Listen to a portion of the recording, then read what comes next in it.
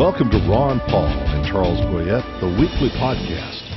More than 50 years after the fact, there are still records in the JFK assassination sealed and hidden from public disclosure. The same with records in the assassination of Martin Luther King. For many younger people, maybe those events are ancient history now, but every adult remembers 9/11. And yet 28 pages of one of the 9/11 reports are still hidden from the people. Ron Paul's close friend in Congress, North Carolina Representative Walter Jones, recently read the classified pages of the report, kept under lock and key, by the way, and joined Ron on the Ron Paul channel to talk about what he had seen. Dr. Paul, it is shocking that the American people are prohibited from knowing the whole truth about the events of 9/11. Boy, that's for sure. It's shocking, but then when you stop and think about it, shouldn't we expect this from our government, which is really sad. It's shocking that our government treats us this way, but it's been going on for a long time. And you already mentioned, the Kennedy assassination probe and the commission. We don't know the truth about that, and probably about 80% of the American people don't even believe that Oswald was the only one involved. So it doesn't lead to trusting government, it leads to distrusting government. Also, we don't know all we should know about Martin Luther King assassination either.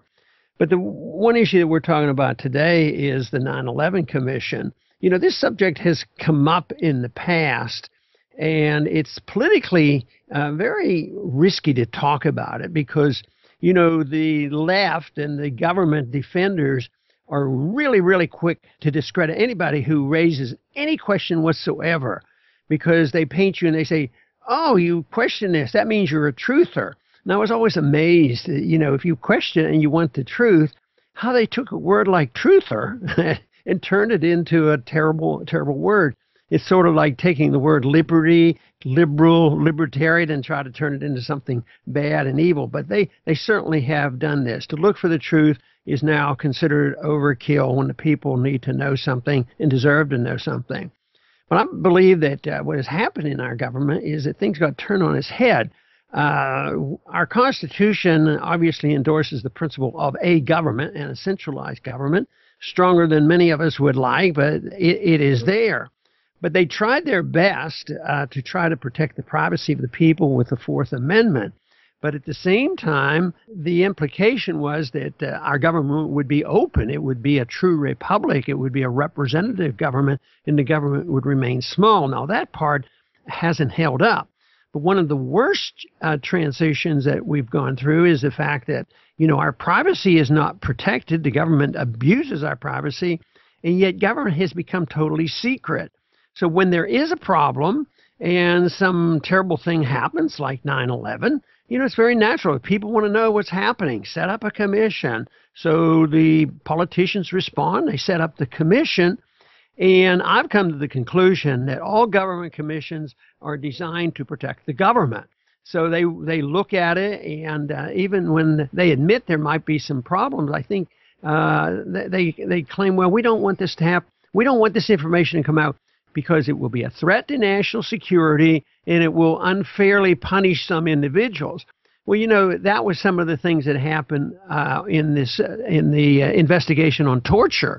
We're still not getting all the information on torture, and a report is supposed to come up, and they say, well, we have to be careful. Somebody might be penalized on this. Well, this is the whole purpose, is to find out who's disobeying the law. So I am delighted with Walter Jones, a Republican from North Carolina, indicating that he wants to look into this, and along with a liberal Democrat, Stephen Lynch from Massachusetts.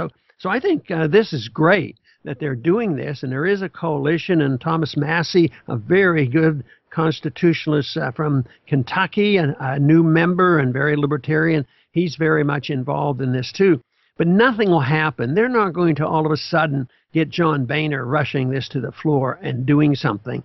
To have these pages and insist that these pages that have been redacted open to the public and release the whole report. The only thing that can help is public pressure.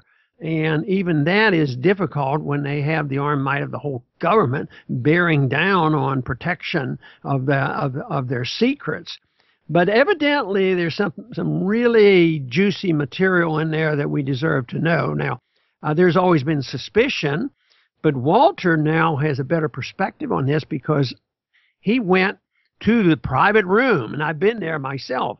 The private room, it's in the Capitol, well armed and guarded for these papers that are available to us, but very, very protective.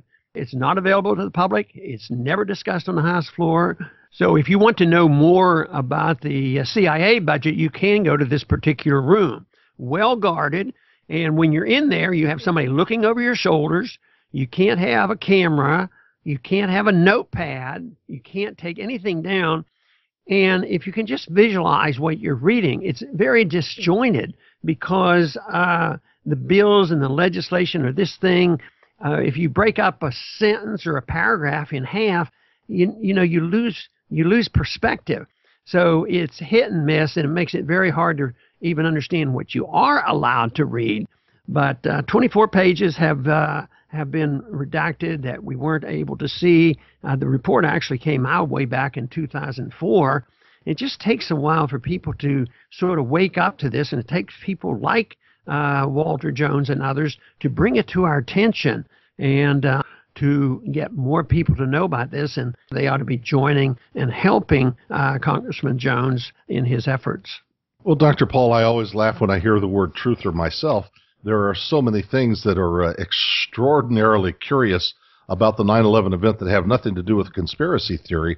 Chief among them, in my view, is President Bush, the entire administration, Condoleezza Rice, assuring the American people over and over again that no one could have foreseen airplanes being flown into buildings or airplanes being used as weapons, and yet only weeks before at the G8 summit, they had taken the extraordinary measure of putting anti-aircraft missile batteries around the site, and President Bush himself, and I believe Condoleezza Rice, spent the night on the aircraft carrier, the Enterprise, because of the threat of attack by airplanes.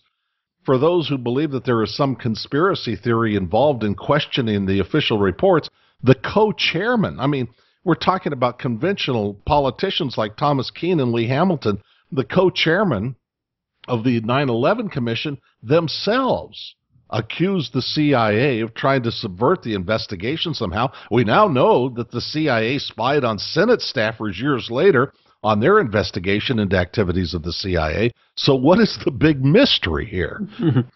Yes, I think more and more Americans are starting to realize this. But I remember my immediate reaction. Of course, I was in D.C. on 9/11, and it was total chaos. And the main goal for most of us was to get out of D.C. because not much was going to happen for a while before Congress gets organized again. But there was no flights going out for a couple of days, and finally, I believe it would be 3 or 4 days later, we were allowed to fly out, but not out of D.C. I had to go to Baltimore, and believe me, it was very, very chaotic. But at the same time, we heard news very early on that all Saudi Arabians had already left town. They got on their private jets, and they were shooed out of town and flown back home and allowed to go back home. And many of those individuals that went back to Saudi Arabia, guess what? Their last name had the name of bin Laden. Never quizzed one time by the FBI. And I think that although that very secret part of the report that the members of Congress can read but not expose, there's been hints. And matter of fact, I even think that Hamilton or somebody else on the commission mentioned that one of the big issues is Saudi Arabia, and try to get in compensation and believing that there's material in there that protected Saudi Arabia. But you know, the other thing that was well known I don't know how well it came out in the reports, but most of us heard about these pilots, so-called pilots training to land airplanes, to fly them, but not learn how to land them and take off and all this. And one FBI agent, I think he went like 25 or 30 times, issued reports and saying there's something weird going on with these guys on learning how to not fly an airplane. And so there was the material there. I believe that if we ever get the full truth, we'll find out that our government had it in the records on exactly what the plans were, at least close to it. And you've already mentioned that they had been warned that something was going to happen. Now, does that prove the fact that our president and others actually sat down and laid the plans and did this? I don't think it does. But I think what it does show is that one of the reasons why they want to cover up is because they don't want to say, the FBI and the CIA we were at the time spending $40 billion a year to spy on everybody to make us safe and secure. And therefore, they really messed up, so they had to hide that. But the consequence of this, not only hiding the information, but just think of the tragedy on our civil liberties here at home and the fighting of all the wars in the Middle East and the attack on our civil liberties ever since that time. So our own government did more harm to the liberties of the American people than bin Laden did. He was a monster in himself, but that was minor compared to the damage done financially that people have died. And here we are, 24 years, and we're still fighting a war in a pretense that it had something to do, with 9/11, especially the escalation of the war in 2002 and 2003. So it is a real tragedy, and about all we can do right now is do our very best to get the information out, because I think it's very, very healthy that the American people don't buy into these commissions, that they don't accept everything they said in the Kennedy Commission, and they haven't said everything about the one on torture as well as Martin Luther King. And right now, there's a growing number. And one of the groups that are most interested in getting these pages out are members of the families of the individuals that were killed. So it isn't like finding the truth is something terrible. It's some of the people who suffered the most from the tragedy of 9/11. In addition to the deep embarrassment and deserved embarrassment of the governing classes for the cover-up, what are the implications of our discovery of some deep involvement of the Saudi family, the Saudi government, the Saudi secret police in this? Senator Graham has suggested that that's where all of this crucial information seems to point. What are the policy implications for the American people? What is to be drawn from the discovery that something like that may have been going on? Well, I think one of the reasons why they wanted to keep it quiet is we've always been so dependent on Saudi Arabia, and to a degree we still have some dependency, but less so because there's so much oil in the world and there's so much oil in the United States now. I think it would be, in combination right now with Saudi Arabia really being highly critical of us in our foreign policy, one of the ramifications might be that we give up on the promises that were made all the way back to World War II. We'll take care of you. We'll protect you. And you don't have to worry about anything, any foreign adventurism, because we're going to take care of you and you're going to provide the oil. That, of course, is the reason that we so-called protected Saudi Arabia after Saddam Hussein went into Kuwait, which was all a fiction as well.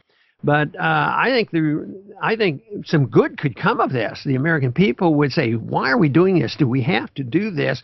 And, of course, if you come to foreign policy from a viewpoint that so many of us do, and that is,